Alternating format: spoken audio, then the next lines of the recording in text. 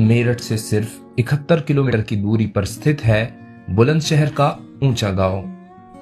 ऊंचा गांव की पहचान वहां खड़े किले और वहां के शाही घराने से है। यह किला 1850 के दशक के दौरान बनाया गया था और इसका स्वामित्व जाट जमींदारों के पास था। किले की पुरानी नींव तोमर वंश के शासनकाल की है, जो पिलानिया जाट शासकों के रिश्तेदार भी थे।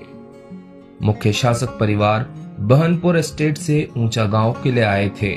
वर्तमान निर्माण उनके बाद के शासकों द्वारा किया गया था।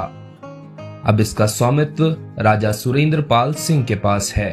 बताया जाता है कि 1898 में राजा गुरसहाय सिंह की मृत्यु के बाद उनके पोते राजा करण सिंह को जमींदारी विरासत में मिली।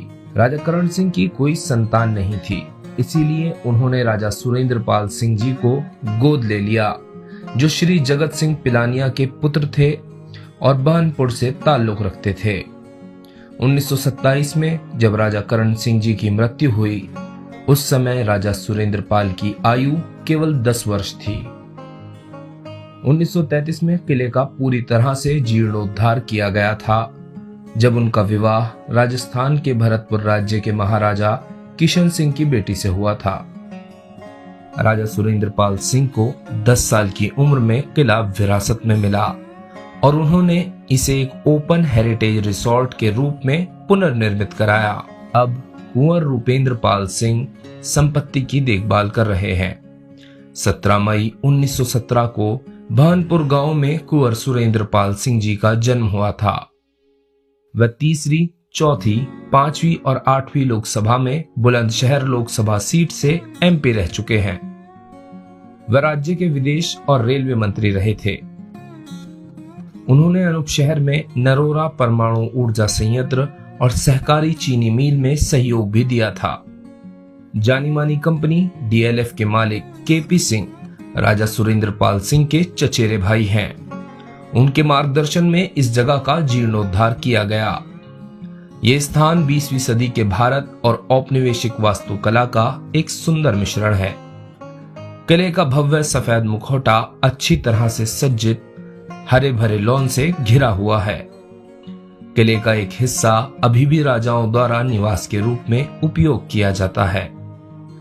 महल का एक अन्य भाग द कोर्ट 18वीं शताब्दी में जमींदारों का मुख्य कार्यालय हुआ करता था। आज इसमें एक सम्मेलन कक्ष और 7 शयन कक्ष हैं, जो अतीत की भव्यता को प्रदर्शित करते हैं। लिविंग रूम में एक मिनी म्यूजियम है, जिसमें पूर्वजों के चित्र, बाघ की खाल और तलवारों का एक दुर्लभ संग्रह है।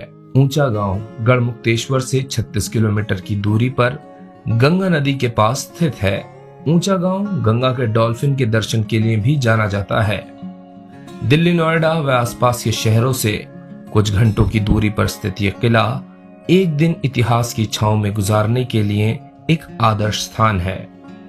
इसी तरह के ऐतिहासिक स्थानों से जुड़े किस्से कहानियां आपको मिलेंगे हमारे इसी पेज स्टूडियो धर्मा पर। वीडियो अच्छा लगा हो तो लाइक करें, अपनी राय हमें कमेंट में जरूर दें। फॉलो करें फेसबुक पेज स्टूडियो धर्मा को और सब्सक्राइब करें हमारा यूट्यूब चैनल।